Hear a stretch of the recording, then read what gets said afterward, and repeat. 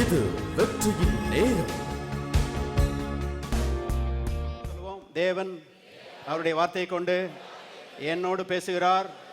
கர்த்தருடைய வார்த்தையை விசுவாசிக்கிற நான் இந்த உலகத்திலே வெற்றியாய் வாழ்வேன். வாசிப்போம். எபிரேயர் புஸ்தகம் 2ஆம் அதிகாரம் 14-15 வசனங்களை வாசிக்கிறேன். ஆதலால் பிள்ளைகள் மாம்சத்தையும் இரத்தத்தையும் உடையவர்களாயிருக்க அவரும் அவர்களைப் போல மாம்சத்தையும் இரத்தத்தையும் உடையவரானார். மரணத்துக்கு அதிகாரியாகிய பிசாசானவனை தமது மரணத்தினாலே அழிக்கும்படிக்கும் ஜீவ காலமெல்லாம் மரண பயத்தினாலே அடிமைத்தனத்துக்குள்ளானவர்கள் யாவரையும் விடுதலை பண்ணும்படிக்கும் அப்படியானார். ஆண்டவராக இயேசுவை சொந்த ரட்சகராக ஆண்டவராக உள்ளத்தில் ஏற்றுக்கொள்ளாதவர்கள் இங்கே இருப்பீர்களானால் இயேசுவை சொந்த ரட்சகராக ஆண்டவராக உங்கள் உள்ளத்திலே ஏற்றுக்கொள்ளுங்கள். இயேசுவை உங்கள் உள்ளத்திலே வரும்படி அவருக்கு ஒரு அழைப்பு கொடுங்கள். ஒரு சிம்பிள் இன்விடேஷன், ஒரு எளிமையான ஒரு அழைப்பை இயேசுவுக்கு நீங்கள் கொடுப்பீர்களானால் இயேசு உள்ளத்துக்குள்ளே வருவார். இயேசுவை அழைக்கிற ஒரு மனுஷன், அருமையானவர்களே, தேவனோடு அவன் இணைகிறான் என்று வேதம் சொல்லுகிறது. தேவனோடு இணையும் போது தான், ஒரு கனெக்ஷன் உண்டாகும் போது தான் அற்புத வாழ்க்கை ஆரம்பமாகிறது. இன்னைக்கு பாருங்க, வீடு கட்டுறாங்க மக்கள். அந்த வீடு ஃபைனல் ஸ்டேஜுக்கு வரும்போது ஒயரிங் பண்ணுறாங்க, பல்பெல்லாம் மாட்டுறாங்க. எல்லாத்தையும் மாட்டிட்டு கடைசியில் பாருங்க எலக்ட்ரிக்கல் கனெக்ஷன் வாங்குறாங்க.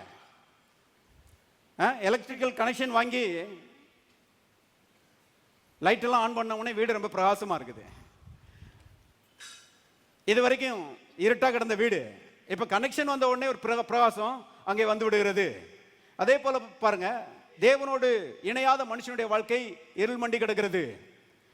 ஆனால் இயேசுவே உள்ளத்துக்குள்ளே வாரும் என்று சொல்லி அவருக்கு அழைப்பு கொடுத்து தேவனோடு மனிதன் இணைவானால் அவனுடைய வாழ்க்கை பிரகாசம் உள்ள ஒரு வாழ்க்கையாக மாறுகிறது. ஏனென்றால் உலகத்திலேயே பெரிய தேவன், வல்லமை உள்ளவர், அவரோடு கூட ஒரு கனெக்ஷன் ஏற்படுகிறது.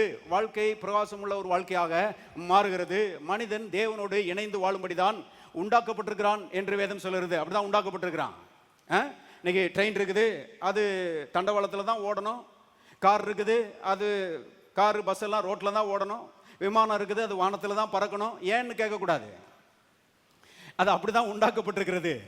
அருமையானவர்களே, அதே போல மனிதன் தேவனோடு இணைந்துதான் வாழ வேண்டும். அப்படிதான் உண்டாக்கப்பட்டிருக்கிறான். இணைந்து வாழும்போது தான் மனிதனுடைய வாழ்க்கை வெற்றிகரமான ஒரு வாழ்க்கையாக இருக்கும் என்று வேதம் சொல்லுகிறது. இன்னைக்கு அநேகருடைய வாழ்க்கை நிகழ்காலத்தில் வெற்றிகரமாக இல்லை. அது ஏன் அப்படி இல்லைன்னா, மனுஷன் தேவனை விட்டு பிரிஞ்சு கிடக்கிறான், இணைஞ்சு இல்லை, பிரிஞ்சு கிடக்கிறான். அதுக்கு காரணம் முப்பாட்டனாகி ஆதாம் பாவம் செய்து, அருமையானவர்களே, அவன் தேவனை விட்டு பிரிந்தது மட்டுமல்ல, அவனுடைய சந்ததி எல்லாத்தையும் பிரிச்சு விட்டுட்டான். அவன் இன்றைக்கு மனுக்குலம் தேவனை விட்டு பிரிந்து கிடக்கிறது. வாழ்க்கை இருள் மண்டி கிடக்கிறது. சமாதானம் இல்லை, சந்தோஷம் இல்லை. இப்படிப்பட்ட நிர்பந்தமான ஒரு நிலைமையில இன்னைக்கு மனிதர்கள் வாழ்ந்து கொண்டிருக்கிறார்கள். இப்படி பிரிஞ்சு கிடக்கிற மனுஷனை தேவனோடு இணைக்கும்படி, தேவனோடு இணைத்து பாவத்துக்கு முடிவு கட்டி மனிதனுடைய வாழ்க்கையில் இல்லாத எல்லா நன்மைகளையும் கொண்டு வந்து அவனை ஆசீர்வதிக்கும்படி தான் இயேசு இந்த உலகத்திலே வந்தார். அதற்காக தான் சிலுவையில் அடிக்கப்பட்டார். அதற்காக தான் ரத்தத்தை சிந்தினார். அடக்கம் பண்ணப்பட்டு 3ஆம் நாள் உயிரோடு எழுந்து இன்றைக்கு அருமையானவர்களே மனிதர்களை தேவனோடு இணைக்கிற ஒரு பாலமாக ஆண்டவராய் இயேசு இருக்கிறார்.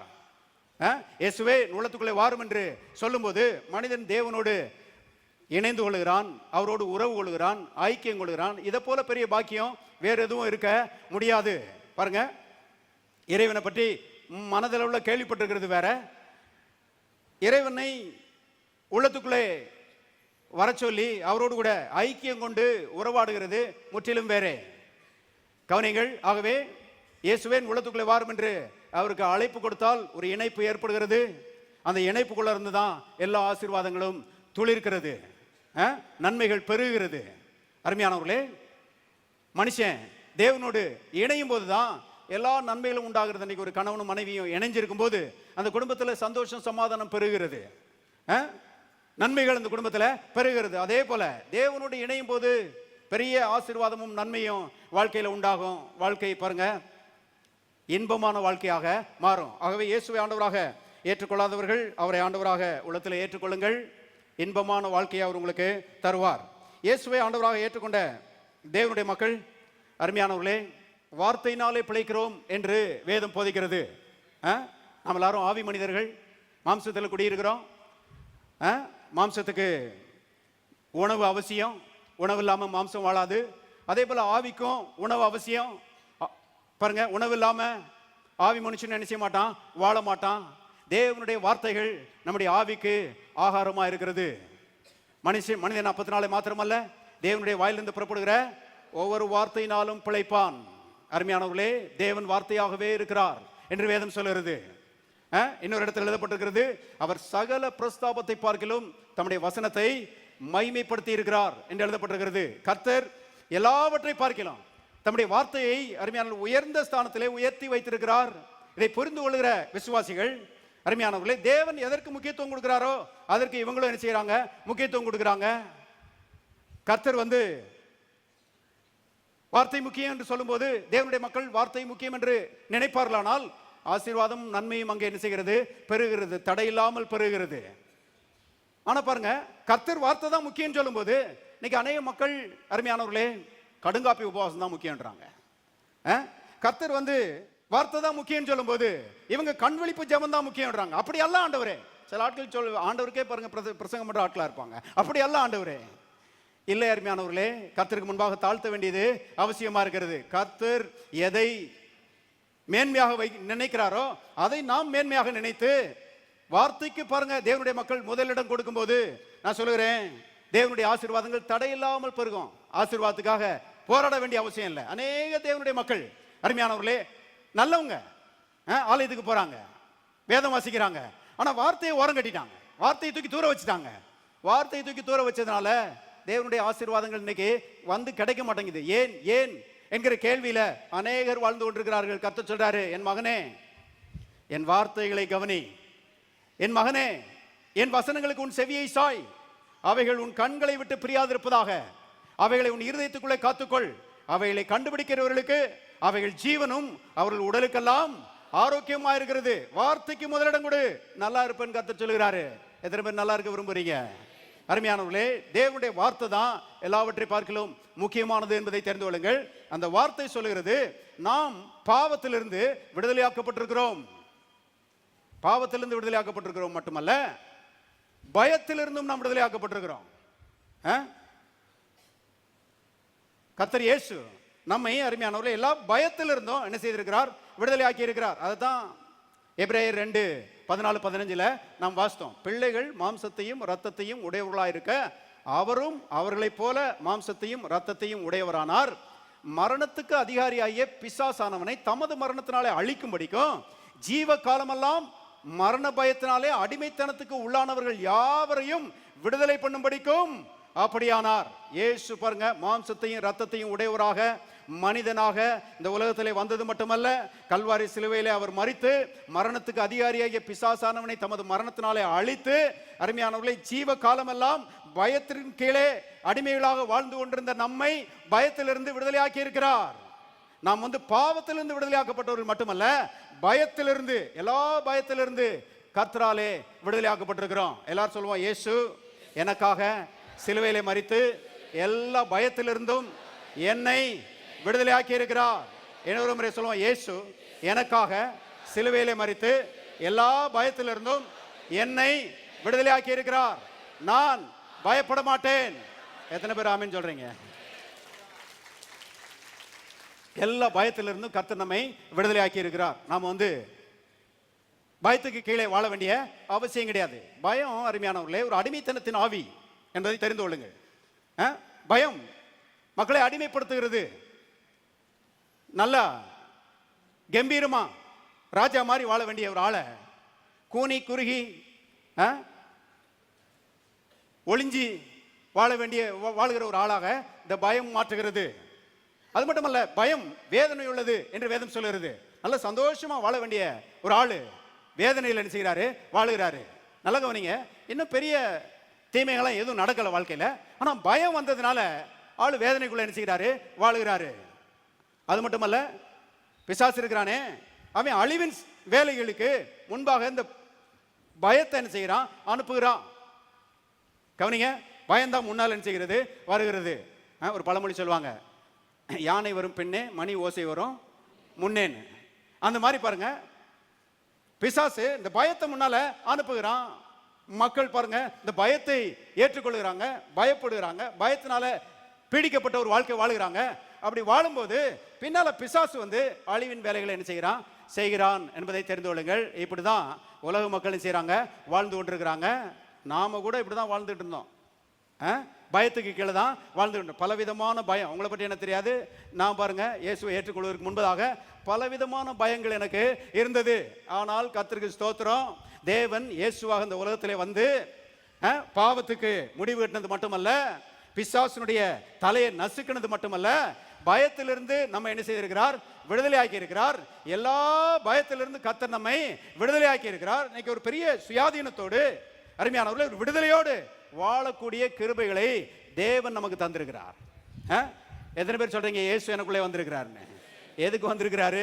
பாவ மன்னிப்பு கொடுக்கிறது மட்டுமல்ல, எல்லா பயத்திலிருந்து நம்மை விடுதலை ஆக்குவதற்காக அவர் நமக்குள்ளே வந்திருக்கிறார் என்பதை தெரிந்து கொள்ளுங்கள். எவ்வளவு பெரிய நன்மையை செஞ்சிருக்கிறார் ஆண்டவர். யோசித்து பார்த்து நன்றி சொல்லணும். கர்த்தாவே உமக்கு ஸ்தோத்திரம், யாரும் என்னை பயத்திலிருந்து விடுதலையாக்க முடியாது. ஆனால் நீர் எனக்காக சிலுவையில் அடிக்கப்பட்டு ரத்தத்தை சிந்தி பயத்துக்கு அதிகாரியா இருந்த பிசாசுடைய தலையை நசுக்கி எல்லா பயத்திலிருந்து என்னை விடுதலையாக்கி இருக்கிற ஆண்டவரே, செய்த நன்மைக்காக உமக்கு நன்றி. சங்கீதக்காரன் சொல்லுகிறான் பாருங்க, கர்த்தர் எனக்கு செய்த உபகாரங்களுக்காக நான் கர்த்தருக்கு எண்ணத்தை செலுத்துவேன், ரட்சிப்பின் பாத்திரத்தை எடுத்துக்கொண்டு கர்த்தருடைய நாமத்தை தொழுது கொள்ளுவேன். எத்தனை பேர் பயத்திலிருந்து விடுதலையாக இருக்கிறீங்க? எல்லாரும் கரங்களை தட்டி கர்த்தரை சோதரிப்போம். ஹல்லேலூயா. எவ்வளவு பெரிய நன்மைகளை செய்திருக்கிறார். ஜெபத்தெல்லாம் வரும்போது இந்த நன்மைகளாம் நினைவு ஒரு ஆண்டவரே உமக்கு நன்றி. இன்னைக்கு அநேகர் பாருங்க, அது இல்லையே இது இல்லையே, அந்த பிரச்சனை இருக்குது, இந்த பிரச்சனை இருக்குது, ஆண்டவரே பலவீனம் இருக்குது, கடன் பிரச்சனை இருக்குது, இதையே தான் பாருங்க ஆண்டவர் சொல்லிட்டு இருப்பாங்களே ஒழிய கர்த்தர் என்ன செய்திருக்கிறார் என்பதை நினைச்சு தோத்திரம் பண்ண மாட்டாங்க. பிசாசு பாருங்க, அவன் வந்து விசுவாசிக்க விட மாட்டான், அவன் சரியா கர்த்தரை அப்ரோச் பண்ண விட மாட்டான். நல்லா கவனிங்க அருமையானவர்களே, கர்த்தர் ஏற்கனவே பெரிய காரியங்களை செய்திருக்கிறார். இனி ஒரு நன்மையை அருமையானவர்களே உங்களுக்காக அவர் உண்டாக்க போறது இல்லை. இனி ஒரு காரியத்தை உங்களுக்காக அவர் செய்ய போறது இல்லை. அவர் ஏற்கனவே கல்வாரி சிலுவையிலே உங்களுக்காக எல்லாவற்றையும் செய்து முடித்து விட்டார். உங்க பிரச்சனை எதுவா இருந்தாலும் சரி, அதற்கு பரிகாரத்தை ஆண்டவர் நினைச்சிட்டாரு, உண்டாக்கி வச்சிட்டாரு. இப்போ அருமையான ஆண்டவர் அப்ரோச் பண்ணும்போது, கர்த்தாவே உம்மை பொறுத்தளவுல என்னுடைய பிரச்சனை தீர்ந்து போச்சு, அப்படி பாருங்க அணுக வேண்டியது அவசியமா இருக்கிறது. கர்த்தர் நமக்கு பெரிய நன்மைகளை செய்திருக்கிறார். அதுல ஒரு பெரிய நன்மை, பயத்திலிருந்து நம்மை விடுதலை ஆக்கி இருக்கிறார். இந்த பயம் அருமையானவர்களே எப்படி வந்தது? கவனிங்க, கர்த்தர் மனுஷனை உண்டாக்கும் போதே பயப்படுகிறவனாகவே உண்டாக்குனாரா? பயம்ங்கிற ஒரு பொல்லாதவிய மனுஷனுக்கு கொடுத்தாரா? இல்லை அருமையானவர்களே. கவனிங்க, ஆதியாகமத்தில் நீங்க முதல் 2 அதிகாரத்தை வாசித்து பார்த்தீங்கன்னா அங்கே தேவனுடைய பரிபூர்ண சித்தத்தை நாம் பார்க்கிறோம். ஆதாமும் ஏவாளும் சிருஷ்டிக்கப்படுகிறார்கள். மனுஷன் பாருங்க, ஆதாம் இருக்கிறானே, அவன் நல்ல பலவானாக, ஒரு பராக்கிரமசாலியாக, எதுக்கும் பயப்படாத ஒரு குட்டி தேவனாக அவன் அங்கே இருக்கிறான். தேவன் அப்படிதான் செஞ்சாரு, உண்டாக்குனாரு. கடவுளை பார்த்த அவனுக்கு பயம் கிடையாது. கடவுளை பார்த்த உடனே பாருங்க ஓடி வருகிறான், அப்பா பிதாவே அப்படின்னு சொல்லிட்டு என்ன செய்கிறான், ஓடி வருகிறான், அவரோட ஐக்கியம் கொள்கிறான். பிசாசை பார்த்து அவனுக்கு பயம் கிடையாது, பிசாசின் தீமைகளை பார்த்து அவனுக்கு பயம் கிடையாது, அருமையானவர்களே நரகத்தை நினைச்ச அவனுக்கு பயம் கிடையாது. இந்த உலகத்தில் இருக்கிற மற்ற இந்த காட்டு மிருகங்கள் அது எதையுமே குறித்து பயம் இல்லை.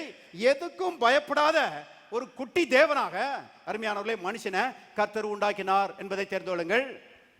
மனுஷன் எதுக்கும் பயப்படக்கூடாது. இந்த உலகத்துல ஒரு குட்டி ராஜாவை போல அவன் வாழ வேண்டும் என்பதை மனசுல வச்சுதான் கர்த்தர் செஞ்சாரு, மனுஷனை உண்டாக்குனாரு. அன்றைக்கும் இன்றைக்கும் என்றைக்குமே கர்த்தருடைய சித்தம் அதுதான். அவருடைய பிள்ளைகள், அவரை விசுவாசிக்கிறவர்கள் எதுக்குமே பயப்படக்கூடாது. கவனிங்க, ஆனா ஏதேன் தோட்டத்துல பாவம் வந்த மாத்திரத்தில் நிலைமை தலையில மாட்டிடுச்சு. எதுக்குமே பயப்படாத ஒரு ராஜா மாதிரி வாழ்ந்த ஒரு ஆளு அருமையான பாவம் செய்த மாத்திரத்தில் பயந்தான் ஒளிந்தான் என்று வேதத்தில் நாம் வாசிக்கிறோம். திருப்புங்க ஆதியாகமம் 3:9 வாசிப்போம். அப்பொழுது தேவனாகிய கர்த்தர் ஆதாமை கூப்பிட்டு, நீ எங்கே இருக்கிறாய் என்றார்.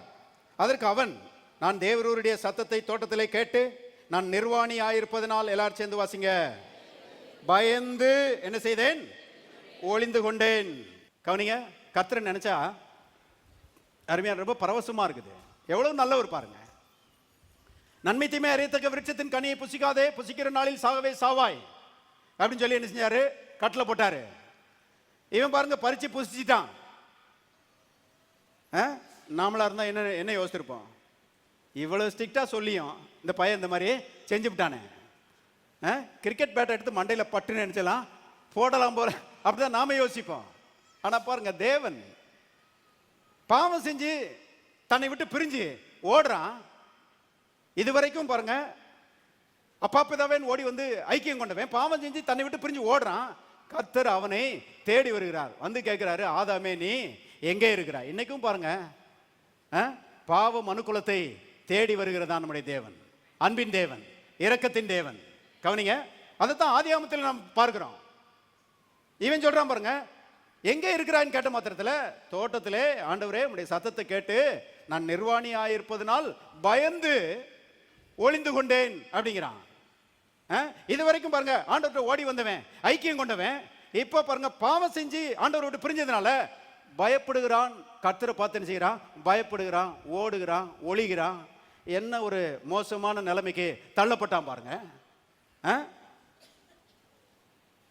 ஆகவே இந்த பயம் எப்படி வந்துச்சு? இந்த பயம் தேவனால வந்ததில்லை. இது பிசாசினாலே வந்தது, பாவத்தினாலே வந்தது. ஆகவே பாவமும் பிசாசினால தான், பயமும் பிசாசினால தான். நம்முடைய தேவன் எந்த பயத்துக்கும் காரணர் அல்ல. இந்த காலவேளையில் நான் சொல்லுகிறேன், எந்த ரீதியிலும் தேவன் அருமையான நம்மை பயப்படுத்தவே மாட்டாரு. பயப்படுத்துகிற எதுவுமே தேவனால் வந்தது அல்ல. நம்முடைய தேவன் அன்றும் இன்றும் என்றுமே நம்மை ஊக்கப்படுத்துகிற தேவனாயிருக்கிறார். சில நேரங்களில் நம்ம தவறுகள் செய்தா கூட அருமையானவர்களே, அந்த தவறுகளை கர்த்தர் சுட்டி காண்பித்து ரத்தத்தை வச்சு நம்மை கழுவி அருமையானவர்களே தம்மோடு சேர்த்துக் கொள்கிறவர், நம்மை தைரியப்படுத்துகிறவர். சரி, இனிமே பாவம் செய்யாத, இனிமே பரிசுத்தமா வாழு, அதுக்குரிய பலனை நான் உனக்கு தருகிறேன்னு சொல்லி தைரியப்படுத்துகிற தேவனாய் ஒழிய அருமையானவர்களே ஒரு நாளும் நம்மை பயப்படுத்துகிறவர் அல்ல. பயம் அவரிடத்திலிருந்து வரவில்லை என்பதை தெரிந்து கொள்ளுங்கள். பாவத்தில் வாழுகிற மக்கள் அவங்க தான் பாருங்க பயத்தில் வாழ்ந்துட்டு இருக்கிறாங்க. திருப்பம் நீதிமொழிகள் புஸ்தகம் 28ஆம் அதிகாரம் 1வது வசனம் பாருங்க. ஒருவனும் தொடராதிருந்தும், எல்லாரும் சேர்ந்து வாசிங்க. துன்மார்க்கர் ஓடி போகிறார்கள், நீதிமான்களோ சிங்கத்தை போல எப்படி இருக்கிறார்கள்? தைரியமா இருக்கிறார்கள். பாருங்க, ஒருவரும் தொடரல, ஆனா ஓடுறாங்க. யாரும் விரட்டல, ஆனால் பயம் அவர்களை என்ன செய்கிறது?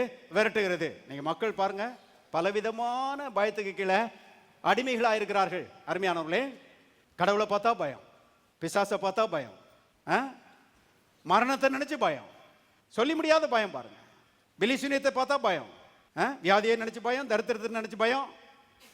சிலர் பாருங்க முட்டை எலுமிச்சம்பழத்தை பார்த்தா பயம், சிலருக்கு யானையை பார்த்தா பயம், சிலருக்கு பூனையை பார்த்தா பயம். ஒருத்தர் சொன்னாரு, பூனை குறுக்க போயிடுச்சுங்க, அதனால பிரயாணம் போனதே நிறுத்திட்டேன் அப்படின்னாரு. ஏதாவது விபரீதமான விளைவு நடந்துரும் அப்படின்னு பயந்து பூனை குறுக்க போனதுல பிரயாணத்தை நிறுத்திட்டாரா? ஐயோ பாவம். அருமையானவர்களே, இப்படிதான் நாமளும் வாழ்ந்துட்டு இருந்தோம். நாம ஒன்றும் பரலோகத்திலிருந்து குதிச்சிடல. ஆனால் கர்த்தருக்கு ஸ்தோத்திரம், இயேசு உள்ளே வந்தார், எல்லா பயத்திலிருந்து நம்ம விடுதலையாக்கி இருக்கிறார். இன்னைக்கு நாம அருமையானவர்களே பிசாசை பார்த்து பயப்பட வேண்டிய அவசியம் இல்லை, வியாதியை பார்த்து பயப்பட வேண்டிய அவசியம் இல்லை, தரித்திரத்தை பார்த்து பயப்பட வேண்டிய அவசியம் இல்லை, அருமையான பில்லி சூனியத்தை பார்த்து பயப்பட வேண்டிய அவசியம் இல்லை, எந்த தீமையும் பார்த்து பயப்பட வேண்டிய அவசியம் இல்லை. இயேசு கல்வாரி சிலுவையிலே பாடுபட்டு பயத்திலிருந்து நம்மை விடுதலையாக்கி இருக்கிறார். எத்தனை பேர் சொல்றீங்க விடுதலையாக்கி இருக்கிறார்னு? எல்லா பயத்திலிருந்து விடுதலையாக்கி இருக்கிறார். இப்ப தேவனுடைய மக்கள் அருமையானவர்களே, எல்லா பயத்திலிருந்து விடுதலையாக்கப்பட்டபடினால இங்க எழுதப்பட்டிருக்கிறது, நீதிமான்களோ எப்படி இருக்கிறாங்க? சிங்கத்தை போல. எல்லாரும் சொல்ல, சிங்கத்தை போல. முயல மாதிரி இல்ல, சிங்கத்தை போல தைரியமா இருக்கிறார்கள் என்று எழுதப்பட்டிருக்கிறது. ஏன்னா யூதா கோத்திரத்து சிங்கம் நமக்குள்ள வந்துட்டாரு. அவருடைய பெயர் இயேசு. எல்லாரும் சொல்லுவோம், நான் நீதிமான், நான் சிங்கத்தை போல தைரியமா இருக்கிறேன். இயேசு என்னை எல்லா பயத்திலிருந்து விடுதலையாக்கி இருக்கிறார். இன்னொரு முறை சொல்லுவோம், நான் நீதிமான், நான் சிங்கத்தை போல தைரியமா இருக்கிறேன். இயேசு என்னை எல்லா பயத்திலிருந்து விடுதலையாக்கி இருக்கிறார். எல்லாரும் கரங்களை தட்டி கர்த்தரை ஸ்தோத்திரிப்போம். ஹல்லேலூயா. அவருடைய கல்வாரி பாடுகள் அருமையானவர்களே ரொம்ப முக்கியம் பாருங்க. கிறிஸ்தவ ஜீவியத்தினுடைய விசுவாசத்தினுடைய மைய புள்ளி எதுன்னு கேட்டீங்கன்னா கல்வாரி சிலுவை. கல்வாரி சிலுவையில் அவர் நமக்காக செய்யாத காரியம் எதுவுமே கிடையாது. எல்லா காரியத்தையும் நமக்காக செய்து முடித்திருக்கிறார். திருப்புங்க மார்க் 14:32. பின்பு கெத்செமனே எனப்பட்ட இடத்துக்கு வந்தார்கள். அப்பொழுது அவர் தம்முடைய சீஷர்களை நோக்கி, நான் ஜெபம் பண்ணும் அளவும் இங்கே உட்கார்ந்திருங்கள் என்று சொல்லி பேதுருவையும் யாக்கோபையும் யோவானையும் தம்மோடே கூட்டிக் கொண்டு போய், எல்லாரும் சேர்ந்து வாசிங்க, திகில் அடையவும் மிகவும் வியாகுலப்படவும் தொடங்கினார். பாருங்க, ஆங்கிலத்தில் எழுதப்பட்டிருக்கிறது திகில் அடைந்தார் என்று எழுதப்பட்டு he was struck with terror. பாருங்க, அவர் பயத்தினாலே பாதிக்கப்பட்டார். கர்த்தர் பாருங்க சர்வலோகத்தினுடைய பயங்களையும் தன்மையில ஏற்றுக்கொண்டார். இயேசுவை நம்ம பார்க்கும்போது, சுவிசேஷங்கள் அவரை நம்ம பார்க்கும்போது எதுக்குமே பயப்பட மாட்டேங்கிறாரு. கவனிங்க, 6000 பிசாசு பிடிச்சவன் ஒருத்தர் இருக்கிறான். எல்லாரும் அவனை பார்த்து பயப்படுறாங்க. ஆனா இயேசு பயப்படல. தைரியமா அவன்கிட்ட போறாரு. ஒரு வார்த்தை சொல்லி 6000 பிசாசுகள் என்ன செய்யறாரு? விரட்டி அடிக்கிறாரு. காற்றும் கடலும் கொந்தளிக்கிறது. சீசரெல்லாம் பயப்படுறாங்க. இயேசு பயப்படல. இயேசு எழும்பி காற்றையும் கடலையும் பார்த்து இறையாதே அமைதலாருன்னு சொல்றாரு. கடல் என்ன செய்து அமைதலாகிறது, காற்று அமர்ந்தது என்ற வாசிக்கிறோம். சீஷர்கள் இயேசுவை விட்டுட்டு சாயங்காலம் ஆன போது படகு எடுத்துட்டு போயிட்டாங்க. இயேசு உங்களை முன்னால் அனுப்பினாரு. அப்புறம் பாருங்க, இரவின் 4 ஜாமத்துல அங்க கடல்ல ஒரே கொந்தளிப்பு. சீஷர்கள் முன்னாடி போகவே முடியல. காற்று கடல் கொந்தளிப்பு, இரவு பாருங்க, நிற்கதியான ஒரு நிலைமையில பயத்துல பாருங்க கூச்சல் போடுறாங்க சீஷர்கள். அப்படிப்பட்ட ஒரு சூழ்நிலை. அந்த சூழ்நிலையில் மத்தியில இயேசு கடல் மேல நடந்து வர்றாரு. எதுக்குமே பயப்பட மாட்டேங்கிறார் இயேசு. ஏறுதுவை பார்த்து அவருக்கு பயம் கிடையாது. பிலாத்துவை பார்த்து அவருக்கு பயம் கிடையாது. ரோம போர் செய்வர்களை பார்த்து பயம் கிடையாது. யாருக்குமே பயப்பட மாட்டேங்கிறாரு. ஆனா கெத்செமனே தோட்டத்தில் இங்க நாம் பார்க்கிறோம், திகில் அடைந்தார். ஏன் திகில் அடைந்தார்? அருமையானவர்கள் கவனிங்க, நம்முடைய பயங்கள், நம்முடைய வியாகுலங்கள் எல்லாவற்றையும் பிதாவாகிய தேவன் எடுத்து இயேசுவின் மேல சுமத்தி அவர் பயத்தினாலே அடித்தார். He was struck with terror. பயத்தினாலே அவர் பாதிக்கப்பட்டார்.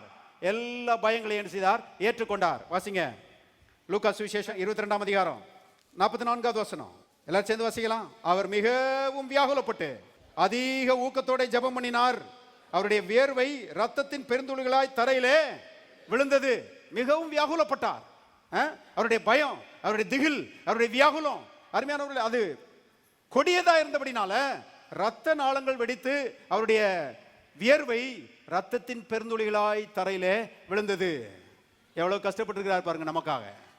கர்த்தர் கஷ்டப்பட்டு எல்லாம் நம்முடைய பயம் ஒண்ணு பாக்கி வைக்காம எல்லா பயத்தையும் தன்மேல ஏற்றுக்கொண்டு அவைகளை கல்வாரி சிலுவையிலே சுமந்து தீர்த்து மரிப்பதற்கு முன்பதாக ஒரு அறிக்கையை பிரகடனப்படுத்தினார். அது என்ன தெரியுமா?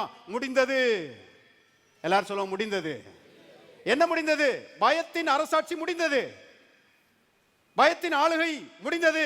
இனி என்னை விசுவாசிக்கிறவர்கள் எந்த பயத்திலையும் வாழ வேண்டிய அவசியம் கிடையாது. கர்த்தர் பாருங்க பயத்துக்கு முடிவு கட்டி எல்லா பயத்திலிருந்து நம்ம என்ன செய்திருக்கிறார்? விடுதலை ஆக்கி இருக்கிறார். இன்றைக்கு பயத்துக்கு முடிவு கட்டின இயேசு இன்னைக்கு என் கூட இருக்கிறாரு, எனக்குள்ள வந்திருக்கிறாரு. அவர் என்னை விட்டு விலகுவதும் இல்லை, என்னை கைவிடுவதும் இல்லை. என் கூடவே இருக்கிறதுனால நான் எதுக்குமே பயப்பட மாட்டேன். இருக்கிறீங்களா எல்லாரும்? எதுக்கும் பயப்படாத ஒரு விசுவாச வாழ்க்கைக்குள்ளே கர்த்தர் நம்ம என்ன செய்திருக்கிறார்? கொண்டு வந்திருக்கிறார். அதனாலதான் கவனிங்க, இப்ப தேவனுடைய மக்கள் இதை விசுவாசிக்கலன்னா இவங்களும் பயத்தில் தான் நினைச்சுவாங்க, வாழ்வாங்க. சில கேள்விகளுக்கு நான் பதில் சொல்லிட்டு இருக்கிறேன். கர்த்தர் பயத்திலிருந்து விடுதலை ஆக்கிட்டா அப்புறம் ஏன் பயம் வருது? ஏன் பயம் வருதுன்னா இதெல்லாம் புரிஞ்சுக்கிட்டு தேவன் என் கூட இருக்கிறாரு, அவர் எல்லா பயத்திலிருந்து விடுதலை ஆக்கி இருக்கிறாரு. நான் எதுக்கும் பயப்பட மாட்டேன். நான் விசுவாசிக்கிற நபர். எந்த பிரச்சனை வரட்டும், போராட்டம் வரட்டும், எந்த சவால் வரட்டும், எல்லாவற்றையும் கர்த்தருடைய நாமத்தினால எதிர்த்து நின்று மடங்கடித்து நான் ஜெயிப்பேன். ஒழிய எதுக்கும் நான் பயப்பட மாட்டேன்னு சொல்லி விசுவாசத்துல உறுதியா இருந்தாதான் பயத்தை என்ன செய்ய முடியும்? விரட்டி அடிக்க முடியும். கவனிங்க, பிசாசு இருக்கிற உலகத்துல தான் நம்ம வாழ்ந்துட்டு இருக்கிறோம். இப்ப பயத்தை கொண்டாந்து போடுறதுக்கு என்ன செய்யறான்? பிரயாசப்படுகிறான். நாம விசுவாசத்துல அருமையானவர்கள் அவனுக்கு ஏத்து நிக்க வேண்டியது அவசியமா இருக்கிறது. ஏத்து நின்னோம்னா அவனை ஓட ஓட என்ன செய்யலாம்? விரட்டலாம். ஆனா இதெல்லாம் விசுவாசிக்காம சும்மா இருந்தா அருமையானவர்களே பிசாசு பயங்களையும் அதைரியங்களையும் கொண்டாந்து போட தான் செய்வேன். நான் ஏற்கனவே சொல்லியிருக்கிறேன். ஒரு அம்மா ஒரு பிரசங்கிட்ட வந்தாங்களாம். வந்தவொடனே சொன்னாங்களாம், ஐயா எனக்காக ஜெபம் பண்ணுங்க ஐயா. ஏன்னா எங்க ஆபீஸ்ல 20 பேர் இருக்கிறாங்க, நான் ஒருத்தி தான் ரசிக்கப்பட்டிருக்கிறேன். எல்லாரும் என்னைய கேலி பண்றாங்க, எல்லாரும் என்னைய ஏளனமா பார்க்கறாங்க. they all look down upon me. என் மேல ஒரு என்னை தாழ்வா தான் பார்க்கறாங்க, பரியாசம் பண்றாங்க. எனக்கு வேலை பார்க்கறதுக்கே பிடிக்கல, வேலைக்கு போறதுக்கே பயமா இருக்குது. இப்படியே போச்சுன்னா வேலையை எழுதி கொடுத்துட்டு வீட்டுக்கு வந்துட வேண்டியதுதான். ஐயா எனக்காக ஜெபம் பண்ணுங்க ஐயா அப்படின்னு சொல்லி சொன்னாங்களா பாருங்க இந்த பிரசங்கியார்ட்ட. அந்த அம்மா பிரசங்கியார் சொன்னாரா, நான் உங்களுக்காக ஜெபம் பண்ண மாட்டேன்னாரா. என்னையா அந்த மாதிரி சொல்லிட்டீங்க? பிரசங்கியார் ஐயா ஜெபம் பண்ண மாட்டேன்னு சொல்லிட்டீங்களே. பிரசங்கியார் சொன்னாரா, ஆமா ஜெபம் பண்ண மாட்டேன். ஏன்னா உங்க பிரச்சனைக்கு எல்லாம் ஜெபம் பதில் கிடையாது. வெறும் ஜெபம் அது உங்க பிரச்சனைக்கு பதில் கிடையாது. நீங்க சில காரியங்களை அறிந்திருக்க வேண்டும், நீங்க சில காரியங்களை விசுவாசிக்க வேண்டும், நீங்க சில காரியங்கள்ல உறுதியா இருக்க வேண்டும். அப்படி உறுதியா இருந்து விசுவாசத்துல நீங்க நிற்கும் போதுதான் சூழ்நிலையை நீங்க மாற்ற முடியுமே ஒழிய இப்படியே பயந்துகிட்டே கிடந்து எல்லாம் எனக்கு வேலைக்கு போறதுக்கே பயமா இருக்குது, வேலைக்கு போறதுக்கே பயமா இருக்குதுன்னு சொல்லி இப்படியே பயந்துட்டே கிடந்து உங்களுக்கு நம்ம ஊர்ல இருக்கிற எல்லா பிரசங்கியாரும் ஜெபம் பண்ணாலும் ஒன்றும் நடக்காது அப்படின்னு சொன்னாராம் பாருங்க. சிலருக்கு ஷாக் ட்ரீட்மெண்ட் கொடுக்கணும்.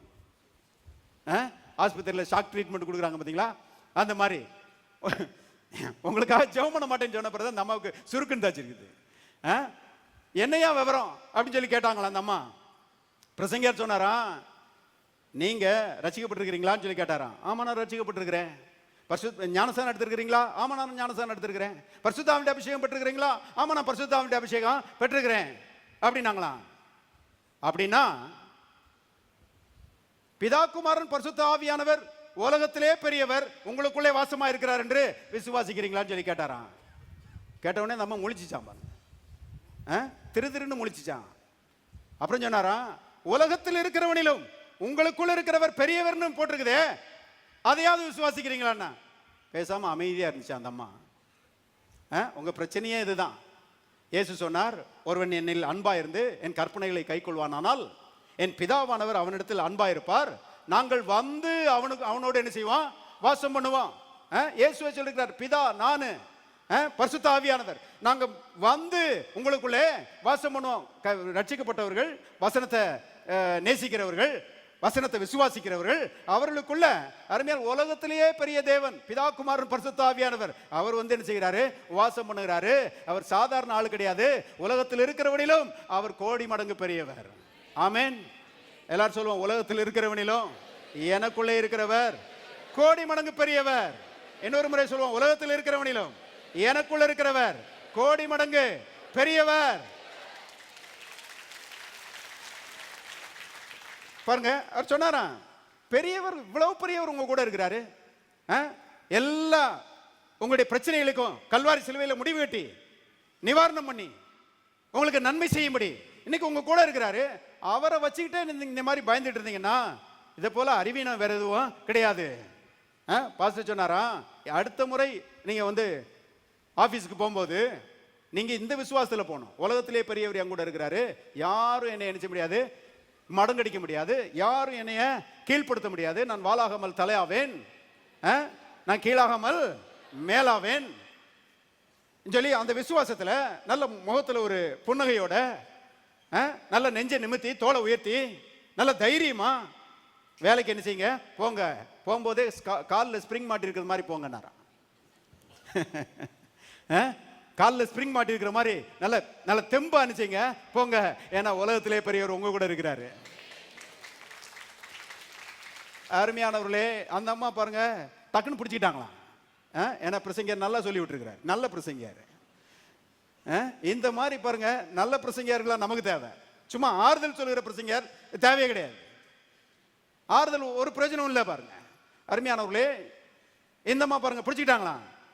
6 மாசம் கழிச்சு பாருங்க அந்த பிரசங்கியார இந்த அம்மா மீட் பண்ணாங்களாம். மீட் பண்ணிட்டு ரொம்ப சந்தோஷத்தோட ஓடி வந்தாங்களாம். ஓடி வந்து சொன்னாங்களாம், brother thank you thank you, it worked out well, ரொம்ப அற்புதமா வேலை செஞ்சிருச்சு. நான் அன்னைக்கு இருந்து பிடிச்சிக்கிட்டேன், கர்த்தர் என் கூட இருக்கிறான்னு சொல்லி சந்தோஷமா என் வேலைகளை செஞ்சேன். தேவ அன்புல பாருங்க கூட வேலை பார்க்குறவங்களோட நடந்து கொண்டேன். இன்னைக்கு இங்க 20 பேர்ல 10க்கும் அதிகமான ஆட்கள் ரட்சிக்கப்பட்டாங்க அப்படின்றாரு. பாருங்க எவ்வளவு முக்கியம். பயந்துட்டே கிடக்கிற வரைக்கும் அருமையான தேவனுடைய அற்புத கிரியைகள் என்ன செய்யாது, நடைபெறாது. கர்த்தர் அருமையானவர்களை பயத்தை எடுத்து போட்டு விசுவாசத்தை உள்ள கொடுத்திருக்கிறாரு. கலக்கத்தை எடுத்து போட்டு தைரியத்தை நம்ம உள்ளது கொடுத்திருக்கிறாரு. எல்லா பிசாசு ஆவிகளையும் நம்முடைய வாழ்க்கையை விட்டு விரட்டி அடிச்சு பரிசுத்த ஆவியானவர் நமக்கு கொடுத்திருக்கிறாரு. இந்த பரிசுத்த ஆவியானவரை பற்றி எழுதப்பட்டிருக்கிறது, தேவன் நமக்கு பயத்தின் ஆவியை கொடாமல் பலமும் அன்பும் தெளிந்த புத்தியும் உள்ள ஆவியை செய்திருக்கிறார், தந்திருக்கிறார். இந்த பரிசுத்த ஆவியானவர் பலமுள்ள ஆவியானவர், அன்பின் ஆவியானவர், தைரியத்தின் ஆவியானவர், விசுவாசத்தின் ஆவியானவர். அவர் நமக்குள்ளே இருக்கிறார். எத்தனை பேர் ஆமென் சொல்றீங்க? எல்லாரும் சொல்லுவோம், தேவன் எனக்கு பயத்தின் ஆவியை கொடாமல் பலமும் அன்பும் தெளிந்த புத்தியும் உள்ள ஆவியையே தந்திருக்கிறார். கவனிங்க, இப்போ வாழ்க்கையில் எந்த பிரச்சனையும் இப்படிதான் அணுகணும். எதுவும் என்னை மேற்கொள்ள முடியாது, ஏனென்றால் என் கூட இருக்கிறவர் உலகத்தில் இருக்கிற பிசாசை பார்க்கலும் பெரியவர் என்கிற அருமையானவர்களே, இந்த விசுவாசத்திலே நாம் அணுக வேண்டும் என்பதை தெரிந்து கொள்ளுங்கள். இப்படி அணுகும் போது பாருங்க ஜெயம் நம்முடையது. இயேசு சொன்னார் பாருங்க மத்தேயு 28:18, வானத்திலும் பூமியிலும் சகல அதிகாரமும் எனக்கு கொடுக்கப்பட்டிருக்கிறது என்று சொன்னார். கவனிங்க, வானத்திலும் பூமியிலும் சகல அதிகாரமும் எனக்கு கொடுக்கப்பட்டிருக்கிறது. அந்த அப்படி சொல்லிட்டு அப்புறம் சொல்றாரு, இதோ உலகத்தின் முடிவு பரியந்தம் சகல நாட்களிலும் நான் உங்களுடனே கூட இருக்கிறேன். நம்ம கூட யார் இருக்கிறார்னா அருமையான உலகத்திலே பெரியவர், வானத்திலும் பூமியிலும் சகல அதிகாரம் படைத்தவர் நம்ம கூட செய்றாரு, இருக்கிறாரு. எது வரைக்கும் இருக்கிறாரு? நம்முடைய வாழ்நாளெல்லாம் நம்ம கூட இருக்கிறாருங்க. ஹலோ, சகல நாட்களிலும். எல்லாரும் சொல்லுவாங்க சகல நாட்களிலும். இதை தான் யோசுவாட்ட சொன்னாரு, நீ உயிரோடு இருக்கும் நாளெல்லாம் ஒருவனும் உனக்கு முன்பாக எதிர்த்து நிற்பதில்லை. நான் மோசையோடு இருந்தது போல உன்னோடும் இருப்பேன். நான் உன்னை விட்டு விலகுவதும் இல்லை, உன்னை கைவிடுவதும் இல்லை. பாருங்க, உலகத்திலே பெரியவர், வானத்திலும் பூமியிலும் சகல அதிகாரம் படைத்தவர் நம்ம கூட இருக்கிறாரு. எல்லா நாட்களிலும் நம்ம கூட இருக்கிறாரு. அதனாலதான் நான் போன முறை நான் சொன்னேன், பைபிள்ல 365 முறை பயப்படாதேன்றது. வருஷத்துக்கு 365 நாள், 365 நாளும் அனுப்பிச்சாதே பயப்படாதே. பயப்பட வேண்டிய ஒரு அவசியமும் கிடையாது. ஏன்னா அருமையானவர்களே, கர்த்தர் நம்ம கூட இருக்கிறார். அவர் வானத்திலும் பூமியிலும் சகல அதிகாரம் படைத்தவர். உங்களுக்கு எப்படி இருக்குன்னு தெரியல, எனக்கு அல்வா சாப்பிட்ட மாதிரி இருக்குது.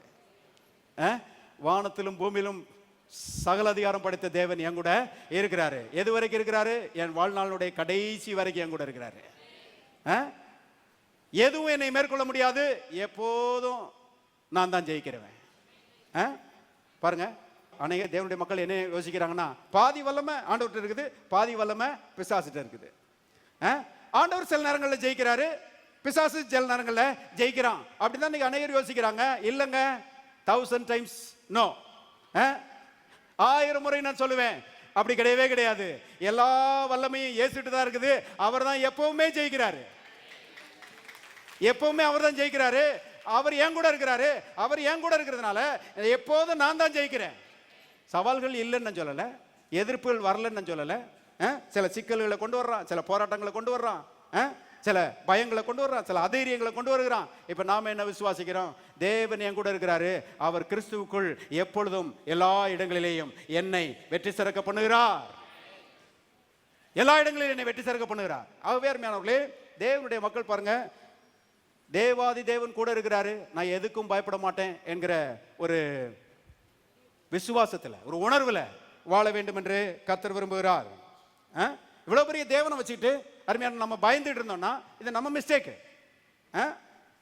நாம தான் சரியா புரிந்து கொள்ளல. அருமையானவர்களே, கர்த்தர் கூட இருக்கிறார் என்பதை விசுவாசித்து பிசாசுக்கு ஏத்துனா பைபிள்ல போட்டிருக்காங்க ஓடி போயிடுவான். எல்லா பயத்தையும் வாழ்க்கை விட்டு என்ன செய்யலாம், விரட்டி அடிக்கலாம். எதுக்கும் நம்ம அடிமையா இருக்க வேண்டிய அவசியம் இல்லை. நமக்கு மேல ஒரே ஒருவர் தான் இருக்கிறாரு, அவர் தேவன். அவர் ஃபர்ஸ்ட், நம்ம செகண்ட், அவ்வளவுதான். வேற எதுவும் நம்மை ஆளக்கூடாது என்று தேவன் என்ன செய்கிறார், விரும்புகிறார். ஆகவே பயத்திலிருந்து நம்மை விடுதலையாக்கி இருக்கிறார். விடுதலையாக்கின தேவன் நம்மோடு கூடவே இருக்கிறார். திருப்புங்க சங்கீதம் 23:4 வசனம். நான் மரண இருளின் பள்ளத்தாக்கிலே நடந்தாலும் பொல்லாப்புக்கு இல்ல, பொல்லாங்கனுக்கு பயப்படேன். எல்லாரும் சேர்ந்து வாசிங்க. தேவரீர் என்னோடு கூட இருக்கிறீர், உமது கோலும் உமது தடியும் என்னை தேற்றும். சங்கீதக்காரன் என்ன அருமையா சொல்றான் பாருங்க. இந்த சங்கீதம் எல்லாருக்கும் தெரியும், ஆனா இதனுடைய பின்னணி ரொம்ப முக்கியம். நல்லா கவனிங்க. இந்த பின்னணி என்னன்னா, இது புதிய ஏற்பாட்டு விசுவாசிகளுக்கு சொல்லப்பட்ட ஒரு சங்கீதம் என்பதை தெரிந்து கொள்ளுங்கள். தாவீது தான் இது எழுதியிருக்கிறான். பழைய ஏற்பாட்டில் தான் இது இருக்குது. ஆனால் இது புதிய ஏற்பாட்டு விசுவாசிகளுக்கு தான் ரொம்ப பொருந்தும். நாமெல்லாம் புதிய ஏற்பாட்டு விசுவாசிகள். இது எப்படின்னா பாருங்க, 22ஆம் சங்கீதம் இருக்குதே, அது கல்வாரியை பற்றிய சங்கீதம். அதுல ஒரு வசனம் வாசிங்க. சங்கீதம் 22:16 வசனம். நாய்கள் என்னை சூழ்ந்திருக்கிறது, பொல்லாதவர்களின் கூட்டம் என்னை வளைந்து கொண்டது, என் கைகளையும் என் கால்களையும் என்ன செய்தார்கள், உருவ குத்தினார்கள். கவனிங்க, எங்க நடந்துச்சு இது? கல்வாரியில் நடந்துச்சு. கர்த்தர் தான் பாருங்க ஆணிகளால கைகளையும் கால்களையும் என்ன செஞ்சாங்க, உருவ குத்தினாங்க. 22ஆம் சங்கீதம் முழுவதுமே கல்வாரியை பற்றி பேசுகிற சங்கீதம். இப்ப 24ஆம் சங்கீதத்துக்கு போவோம். 24ஆம் சங்கீதத்துல 7ஆம் வசனம் பாருங்க. வாசல்களே உங்கள் தலைகளை உயர்த்துங்கள், அனாதி கதவுகளே உயருங்கள். எல்லாரும் சேர்ந்து வாசிங்க. மகிமையின் ராஜா என்ன செய்வார், உட்பிரவேசிப்பார். உட்பிரவேசிப்பார்னா எதிர்காலத்துல நடக்க போற ஒரு சம்பவம். யார் இந்த மகிமையின் ராஜா? மகிமையின் ராஜாவாய் இயேசு. நம்முடைய இயேசு மகிமையின் கர்த்தராக வரப்போகிறார். கவனிங்க, அது இரண்டாம் வருகை குறித்து எழுதப்பட்டிருக்கிறது. 22 கல்வாரி, 24 இரண்டாம் வருகை. அப்படியானால் 23 நடுவில் இருக்குது. கல்வாரிக்கும் இரண்டாம் வருகைக்கும் நடுவில் இருக்குது. ஆகவே அருமையானவர்களே, இது கல்வாரிக்கும் இரண்டாம் வருகைக்கும் நடுவில் வாழுகிற மக்களுக்காக சொல்லப்பட்ட ஒரு சங்கீதம். அதனால தான் சங்கீதக்காரன் சொல்லுகிறான், கர்த்தர் என் மேய்ப்பராய் இருக்கிறார். எல்லாரும் சொல்லுவாங்க இருக்கிறார். இருப்பார் என்பது எதிர்காலம், இருந்தார் என்பது கடந்த காலம், இருக்கிறார் என்பது நிகழ்காலம். கவனிங்க, இன்னைக்கு பூமியிலே அருமையான வாழ்ந்து கொண்டிருக்கிற விசுவாசிகளுக்கு சொல்லப்பட்ட ஒரு சங்கீதம். அநேக பாருங்க பிரசங்கியார்கள் இந்த சங்கீதத்தை என்ன பண்ணிட்டாங்க, சாவு சங்கீதமா மாத்திட்டாங்க. சாவு வீட்டில் தான் இந்த சங்கீதத்தை நான் வாசிக்க பல முறை கேட்டிருக்கிறேன். செத்த பிறகுதான் கர்த்தர் மேய்ப்பராக இருக்கிறார், செத்த பிறகுதான் புல்லுள்ள இடங்களிலே மேய்க்கிறார், செத்த பிறகுதான் அமர்ந்த தண்ணீர் ரெண்டை கொண்டு போய் விடுகிறார், செத்த பிறகுதான் பந்தியை ஆயத்தப்படுத்துகிறார், செத்த பிறகுதான் நன்மையும் கிருபையும் என்ன செய்கிறார், தொடர செய்கிறார். இப்போ ஒண்ணுமே கிடையாதுட்டாங்க. பிசாசு எப்படி கண்ணை மறைக்கிறான் பாருங்க. நல்லா கவனிங்க அருமையானவர்களே, இது சாவு சங்கீதம் கிடையாதுங்க, செத்தவர்களுக்காக சொல்லப்பட்ட சங்கீதம் கிடையாது. அருமையானவர்களே, இன்றைக்கு வாழ்ந்து கொண்டிருக்கிற மக்களுக்காக சொல்லப்பட்ட சங்கீதம். இயேசு சொன்னார் இல்லையா, யோவான் சுவிசேஷம் 10:11 வசனத்துல, நானே நல்ல மேய்ப்பன். நானேன்னா ஐ ஆம் அப்படின்னா என்ன அர்த்தம்னா, நானே நல்ல மேய்ப்பனாக இருக்கிறேன். எல்லாரும் கரங்களை சொல்லுவான், இயேசு இன்றைக்கு எனக்கு நல்ல மேய்ப்பனாக இருக்கிறார். இன்னொரு முறை சொல்லுவோம், இயேசு இன்றைக்கு எனக்கு நல்ல மேய்ப்பனாக இருக்கிறார். இப்ப கவனிங்க, 4ஆம் வசனம் சொல்லுகிறது, மரண இருளின் பள்ளத்தாக்கிலே நடந்தாலும் பிசாசுக்கு நான் என்ன செய்ய மாட்டேன், பயப்பட மாட்டேன். இந்த உலகத்தை பற்றி பேசுறான். இந்த உலகம் எப்படிப்பட்ட உலகம்? இது மரண இருளின் பள்ளத்தாக்கு. ஏன்னா மரணத்துக்கு அதிகாரியாய பிசாசு இந்த உலகத்தில் என்ன செய்யறான், இருக்கிறான், அவன் வேலை செஞ்சுட்டு இருக்கிறான். கவனிங்க, இந்த மரண இருளின் பள்ளத்தாக்குன்ற இந்த வார்த்தை ஆங்கிலத்தில் though I walk through the valley of the shadow of death என்று எழுதப்பட்டிருக்கிறது. நல்லா கவனிங்க, மரண இருளின் பள்ளத்தாக்கு இல்ல, மரண நிழலின் பள்ளத்தாக்கு. எல்லாரும் சொல்லுவோம் நிழல். நிழல்னா நிழல் வேற, நிஜம் வேற. கவனிங்க, நிழல் தான் இருக்குது, மரணத்தினுடைய நிழல் தான் இருக்குது. அதுதான் இந்த உலகத்துல அப்படியே வியாபித்து கிடக்குது. ஆனா நிஜம் கிடையாது. நிஜத்துக்கு என்ன ஆச்சு பாருங்க, நிஜத்துக்கு என்ன ஆச்சுன்னா, நிஜ மரணத்தை இயேசு தம்முடைய மரணத்தினாலே அழித்து இருக்கிறார். பாருங்க, நாய் கடிக்கும், ஆனால் நாயினுடைய நிழல் யாரையும் கடிக்காது. ஒரு இடத்துல ஒரு வெறி நாய் நிறைய பேரை கடிச்சிருச்சுன்னு வச்சுக்கோங்க. மக்கள் அந்த இடத்துல இருக்கிறவங்களாம் அப்படி பயப்படுறாங்க இந்த நாயை பார்த்து. இப்போ அது ரொம்ப எல்லாரையும் கடிக்கிற ஒரு வெறி நாயாக இருக்குது. இப்போ ஒருத்தர் வர்றார், பெரிய கட்டை எடுத்துகிட்டு வர்றாரு. கட்டை எடுத்து மண்டையில் போட்டு அதை வந்து கொன்று விடுறாரு. கொன்று விட்டு அது சாப்டரை க்ளோஸ் பண்ணிடுறாங்க. இப்போ ஒரு 2 நாள் கழித்து அங்கே இருக்கிற மக்கள்லாம் கூடி அந்த நாயை பற்றி பேசுகிறாங்க. பொல்லாத நாய், அவரை கடிச்சிச்சு, இவரை கடிச்சிச்சு, எப்படி சொல்லி ஒரு பேசிகிட்டு இருக்கிறாங்க. ஒருத்தர் பாருங்கள் செல்ஃபோன் ஆன் பண்ணி இந்த இருக்குது அந்த நாய் அப்படிங்கிறாரு.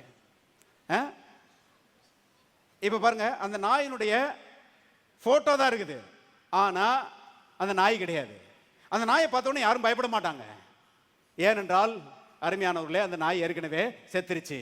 அதை தான் சங்கீதக்காரன் சொல்லுகிறான், மரண நிழல் தான் இருக்குது, நிஜ மரணத்தை எங்கள் தேவன், எங்கள் நல்ல மேய்ப்பர் அழித்து போட்டிருக்கிறார். மரண நிழலின் பள்ளத்தாக்கில் நடந்தாலும் பயப்பட மாட்டேன்.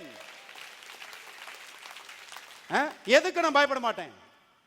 மரணத்தின் சக்திகள் இந்த உலகத்தில் இருக்கிறது, ஒரு நிழல்.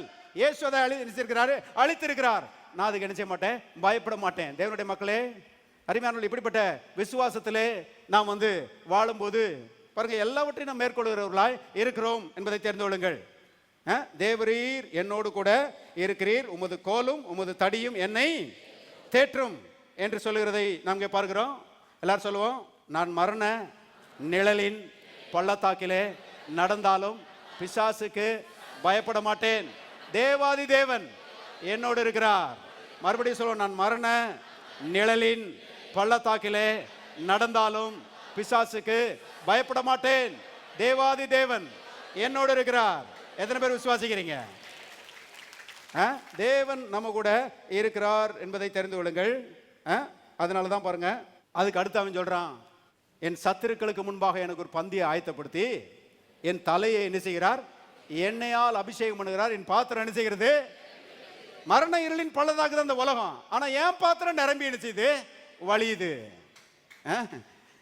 ஏன்னா தேவன் என் கூட இருக்கிறார். நம்ம தேவன் அருமையான நம்முடைய மேய்ப்பர் நம்ம கூடவே என்ன செய்கிறார், இருக்கிறார் என்கிற விசுவாசம் அருமையான இந்த நாட்களில் நமக்குள்ளே பெருக வேண்டும் என்று கர்த்தர் விரும்புகிறார். பாருங்க, அவன் சொல்றான் பாருங்க, அந்த 4ஆம் வசனத்துல, நான் மரண இருளின் பள்ளத்தாக்கிலே நடந்தாலும் பொல்லாங்கனுக்கு பயப்படேன், தேவரீர் என்னோடு கூட இருக்கிறீர். எல்லாரும் சேர்ந்து வாசிங்க, உமது கோலும் உமது தடியும் என்னை. கர்த்தர் பாருங்க, நல்ல மேய்ப்பனாகிய தேவன் 2 ஆயுதத்தை வச்சிருக்கிறாராம். ஒன்று கோல், அடுத்தது தடி.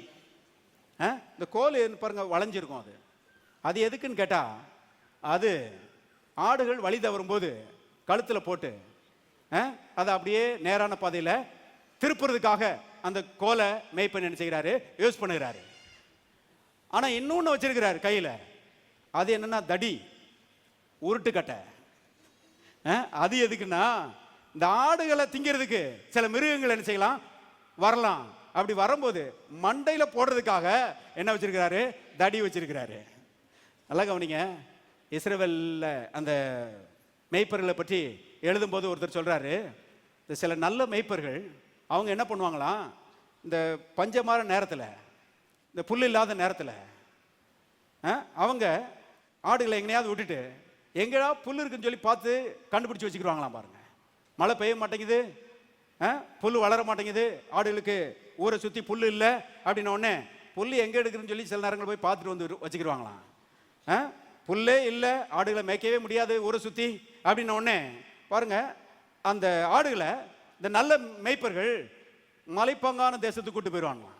எங்கே புல் இருக்குதோ அங்கே கூட்டிகிட்டு போயிடுவாங்களாம். அங்கே போனால் பாருங்க, மலைகளுக்கு நடுவே டேபிள் போட்ட மாதிரி இருக்குமா, பச்சை பசேல்னு புல் வந்து விளைஞ்சிருக்குமா.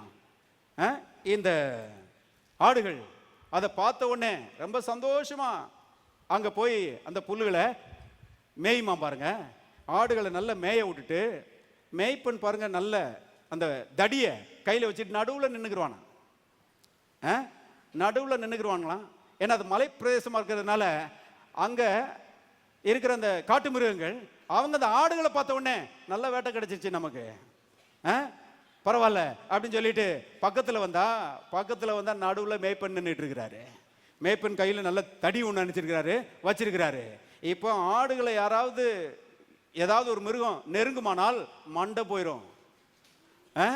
மேய்ப்பன் வந்து தடி வச்சு என்ன செய்வாரு, ஒரு போடு போடுவாரு. அதனால பாருங்க, மேய்ப்பன் அங்க இருக்கிற வரைக்கும் அருமையானவர்களே, இந்த சுத்தி இருக்கிற அந்த காட்டு மிருகங்கள், சிங்கம், புலி, கரடி, இது எதுவுமே பக்கத்தில் வராது, தூரம் நின்றுக்கிடுமா பாருங்க. ஆடுகள் நல்லா சாப்பிட்டு வயிறு புடைக்க சாப்பிட்டுட்டு நல்ல பாருங்க திருப்தியா என்ன செய்யுமா, திரும்ப புறப்பட்டு வருமா. நான் சொல்லுறேன், நம்ம மேய்ப்பனாகி இயேசுவோம் அப்படிதாங்க. நமக்கு ஒரு பந்தியை ஆயத்தப்படுத்தி இருக்கிறார். அருமையானவர்களே, கல்வாரி சிலுவையில பாடுபட்டு ரத்தம் சிந்தி ஒரு பந்தியை ஆயத்தப்படுத்தி இருக்கிறார். இந்த பந்தியில சமாதானம் இருக்கிறது, இந்த பந்தியில சந்தோஷம் இருக்கிறது, இந்த பந்தியில ஆரோக்கியம் இருக்கிறது, இந்த பந்தியில ஐஸ்வர்யம் இருக்கிறது, இந்த பந்தியில வெற்றி இருக்கிறது, இந்த பந்தியில உயர்வு இருக்கிறது. கர்த்தர் சொல்றாரு, நான் இருக்கிறேன், நல்லா சாப்பிடு, நான் நிக்கிறேன், நல்லா நீ சாப்பிடுன்னு சொல்லி அருமையான கர்த்தர் நம்மளை பாருங்க இந்த பந்தியை அனுபவிக்கிறவர்களாக என்ன செய்கிறார், நாம் இருக்க வேண்டும் என்று விரும்புகிறார். இப்போ தேவனுடைய மக்கள் பாருங்க, பந்தியை தான் பார்க்கணுமே ஒழிய அந்த எட்டி நிற்கிற எதிரிகளை நினைச்ச கூடாது, பார்க்க கூடாது. மேய்ப்பன் இருக்கிற வரைக்கும் அந்த எதிரி உங்களை ஒன்றும் செய்ய முடியாது. எத்தனை பேர் ஆமென் சொல்றீங்க? எந்த எதிரியும் உங்களை ஒன்றும் செய்ய முடியாது. ஏன்னா மேய்ப்பன் கூட இருக்கிறாரு. இந்த மேய்ப்பன் யாருன்னு சொல்லி அவங்களுக்கு தெரியும். இவர் தான் தலையை நசுக்கினவர்னு தெரியும், இவர் தான் ஒன்றும் இல்லாம ஆக்குனவர்னு தெரியும். ஆகவே மேய்ப்பன் இருக்கிற வரைக்கும் அந்த எதிரிகள் பக்கத்துல வரவே முடியாது. மேய்ப்பன் சொல்றாரு, நான் கூட இருக்கிறேன், இப்ப நீ நல்லா செய்ய சாப்பிடு. அநேக தேவனுடைய மக்கள் அருமையானவர்களை முன்னால வச்சிருக்கிற இந்த பந்தியை பார்க்கறதுக்கு பதிலா கண்களை ஏறெடுத்து சுற்றில இருக்கிற சத்துருக்களையே பார்த்துட்டு இருக்கிறாங்க. அந்த அவரது சிங்கம், அந்த அவரது புலி, இதே பார்த்து பயந்துட்டு இருக்கிறாங்க. கர்த்தர் சொல்றாரு, அதை பார்க்காத, பந்தியை பாரு. சத்துருக்களுக்கு முன்பாக எனக்கு ஒரு பந்தியை ஆயத்தப்படுத்தி என் தலையை என்ன செய்கிறார், எண்ணெயால் அபிஷேகம் பண்ணுகிறார். என் பாத்திரம் என்ன செய்கிறது, நிரம்பி வழிகிறது. மரண இருளின் பள்ளத்தாக்காக இருக்கலாம், பிரச்சனைகள் நிறைந்த உலகமா இருக்கலாம், ஆனால் கர்த்தருடைய ஆசீர்வாதத்தினாலே நம்முடைய வாழ்க்கை நிரம்பி வழிய வேண்டும் என்று கர்த்தர் விரும்புகிறார். எல்லாரும் சொல்லுவோம், என் சத்துருக்களுக்கு முன்பாக தேவன் எனக்கு ஒரு பந்தியை ஆயத்தப்படுத்தி என் தலையை எண்ணெயால் அபிஷேகம் பண்ணுகிறார். என் பாத்திரம் நிரம்பி வழிகிறது, பாத்திரம் நிரம்பி வழிகிறது. கவனிங்க, இதுதான் சொல்லுகிறான். உலகத்தில் நான் வாழுகிறேன், ஆனா பிசாசுக்கு நான் பயப்பட மாட்டேன். உலகத்தில் நான் வாழுகிறேன், பிசாசின் தீமைகளுக்கு நான் செய்ய மாட்டேன், பயப்பட மாட்டேன். தேவாதி தேவன் என் கூட இருக்கிறார். கடைசியாக திருப்போம் எபிரேயர் 13ஆம் அதிகாரம் 5, 6 வசனங்கள். நீங்கள் பண ஆசை இல்லாதவர்களாய் நடந்து உங்களுக்கு இருக்கிறவைகள் போதும் என்று எண்ணுங்கள். நான் உன்னை விட்டு விலகுவதுமில்லை, உன்னை கைவிடுவதுமில்லை என்று அவர் சொல்லி இருக்கிறாரே. அதனாலே எல்லாரும் சேர்ந்து வாசிங்க, நாம் தைரியம் கொண்டு கர்த்தர் எனக்கு சகாயர், நான் பயப்படேன், மனுஷன் எனக்கு என்ன செய்வான் என்று சொல்லலாமே. இங்க கர்த்தர் சொல்லி இருக்கிறாரு, நான் உன்னை விட்டு விலகுவதுமில்லை, உன்னை கைவிடுவதும் இல்லை. சில ஆட்கள் சொல்றாங்க, கர்த்தர் என் கூட இருக்கிறாருன்னு சொல்லி என்னால உணர முடியலையே அப்படின்றாங்க. உணர்றதுக்கு என்ன, கர்த்தர் மாம்சத்திலேயா இருக்கிறாரு? தொட்டு தடவி இடிச்சு பார்த்துக்கிறதுக்கு. கவனிங்க, தோமா கேட்டான், நான் அவரை தொட்டு விழாவில் கையை போட்டால் ஒழிய என்ன செய்ய மாட்டேன், நம்ப மாட்டேன். இவனுக்காகவே கர்த்தர் மறுவாரம் வந்தார். வந்துட்டு, தோமாவே உன் கையை நீட்டு, போடு என் விழாவில். அவிசுவாசி ஆயிராமல் எப்படி இரு, விசுவாசி ஆயிரு. நீ கண்டு விசுவாசிக்கிறாய், காணாமல் விசுவாசிக்கிறவர்கள் பாக்கியவான்கள். கவனிங்க, தேவன் கூட இருக்கிறார் என்பதை காண முடியல, ஆனா காணாமலும் விசுவாசிக்கிறவர்கள் பாக்கியவான்கள். எத்தனை பேர் விசுவாசிக்கிறீங்க கர்த்தர் உங்க கூட இருக்கிறார்? உணர முடியல பாருங்க. உணர்ச்சியின் அடிப்படையில் வாழக்கூடாது, வசனம் சொல்லுகிறது பாருங்க. அதுதான் நமக்கு வாசிக்கிறோம். நான் உன்னை விட்டு விலகுவதும் இல்லை, உன்னை கைவிடுவதும் இல்லை என்று அவர் சொல்லி இருக்கிறாரே. எப்படி பாஸ்டர் கர்த்தர் உங்க கூட இருக்கிறாருன்னு தைரியமா சொல்றீங்க? சொல்லி இருக்கிறாரு, அவர் சொன்னதுனால என் கூட இருக்கிறாரு. அவர் வாக்கு மாறாதவர்.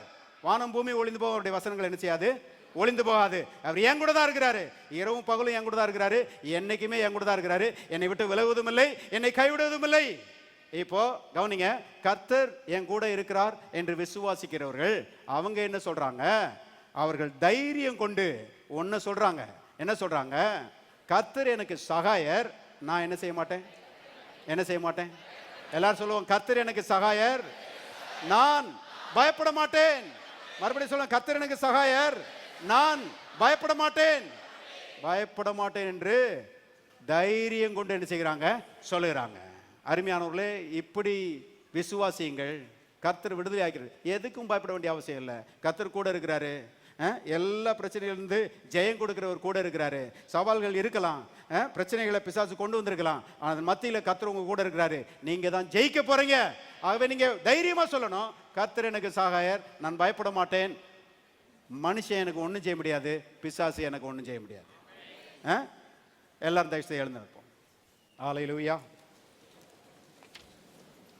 எல்லாரும் ஒரு அறிக்கை செய்வோம். இயேசு என்னை பயத்திலிருந்து விடுதலையாக்கி இருக்கிறார். நான் நீதிமான், நான் சிங்கத்தை போல தைரியமாயிருக்கிறேன்.